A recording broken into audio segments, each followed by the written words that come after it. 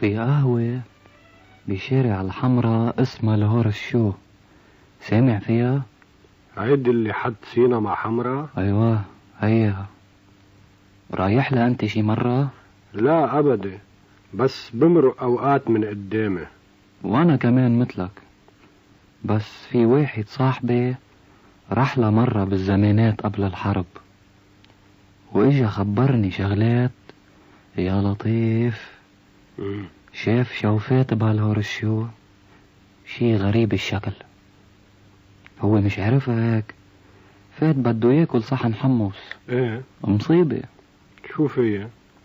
اول شي قهوة شي رفع كتير، كتير كتير اكتر ما بتتصور. يا لطيف. وبيرفعوك فيها لدرجة انك بتصير شايف الدنيا والعالم كلها من فوق، وما بيعود فيك تنزل.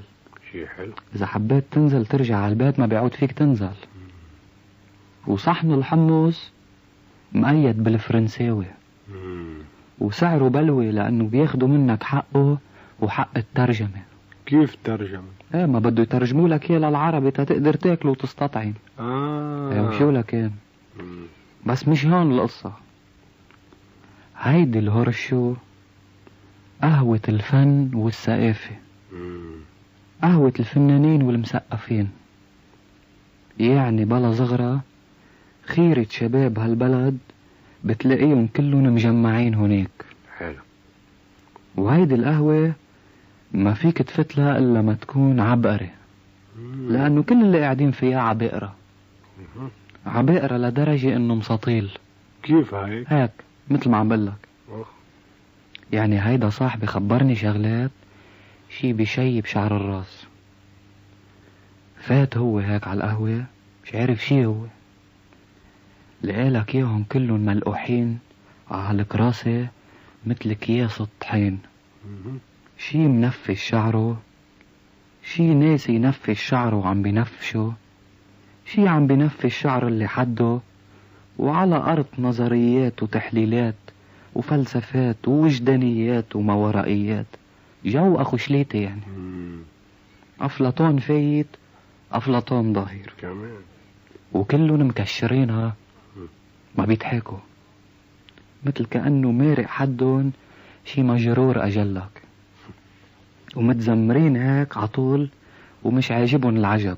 وعم بيقلي هيدا صاحبي شاف واحد هونيك فاقعلك تكشيرة الله أكبر، وفي سيجارة بتمه وعيبقلك هالدخان حواليه وعم بيدخن.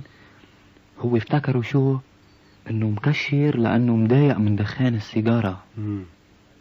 بعد شوي طفى السيجارة وضل مكشر كمان. ترى هو شكله هيك من الأساس.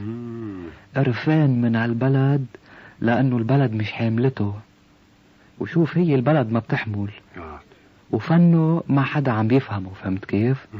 بقى هو معبقى معه منيح، وناقم على هالشعب انه يابا شو شعب جاهل، شعب متأخر، وهو ما حدا عارف شو فيه براسه يسلم لي راسه. وساحب كركر ورق من جيبته كاتب عليه قصيدة وعم بيقراها هيك بصوت حنون لواحد قاعد مقابله، بقطع رقبتي اذا فهمان منها شي وعم بيطيب له. وقاعدين اثنيناتهم نازلين ببعضهم حكي ومشاريع كيف بدهم ينسفوا الفن اللبناني من أساسه قال، ويشقلبوا الكون والله اللي خلقنا، ويغيروا المفاهيم الكلاسيكية قبل ما يجي ترم الغدا. وهني وعم بيشبروا هيك، واحد منهم طرق فنجان القهوة بقفا ايده يا معلم، كب وتلى الدنيا وطرطش كل العبائر الموجودين، وقام غير الطاولة قبل ما يغير المفاهيم الكلاسيكية. ونط واحد رسام هيك كان قاعد عجبه منظر القهوة المطرطش الدنيا، استوحى منها لوحة وسماها أراني بهيروشيما. يا سلام. واندهشوا كل الموجودين عم بقلك، والجرسون عبرنت معه بده يشيل الشرشف ومش عم بيخلوه. وقام واحد مصور من بيناتهم معه كاميرا ولزقهم صورة كلهم سوا. يا لطيف.